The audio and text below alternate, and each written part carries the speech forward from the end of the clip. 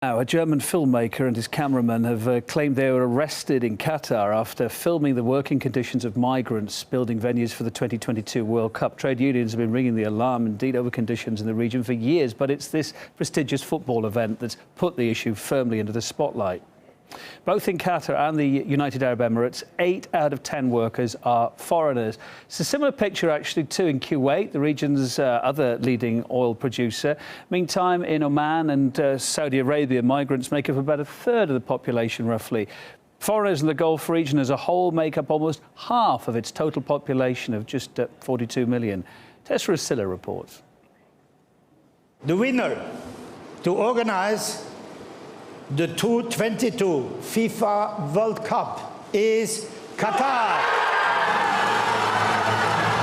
But the initial celebration and prestige have been overshadowed by foreign workers' claims of maltreatment, not getting paid, and even not being allowed to leave the country. The International Trade Union Confederation claims that about 4,000 migrants could die before a football is kicked in 2022.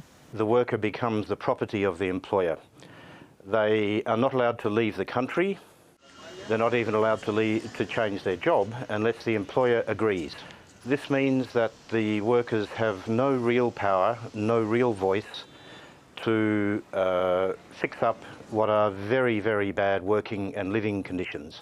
Zahir Belounis knows this all too well. A French football player who arrived in Qatar in 2007, he says he hadn't been paid for more than 2 years. He filed a lawsuit to claim unpaid wages and says his club then refused to give him an exit visa unless he dropped the case.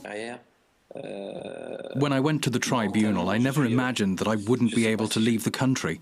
I didn't think they would block me. My wife is depressed and she can't work. I thought of going on hunger strike, but my lawyers told me not to. They already hurt me, and a hunger strike would only hurt my wife and kids. Enough is enough. Belounis' high-profile story isn't the first either.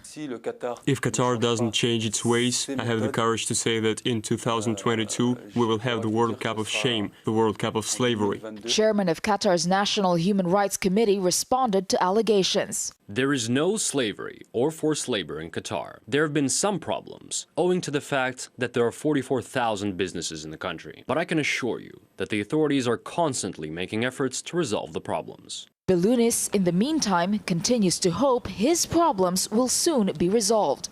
I'll have to stop playing football. They ended my career. Mentally, I don't see myself playing. And then I'll have to see what to do with my life. Tessa Asilla, RT.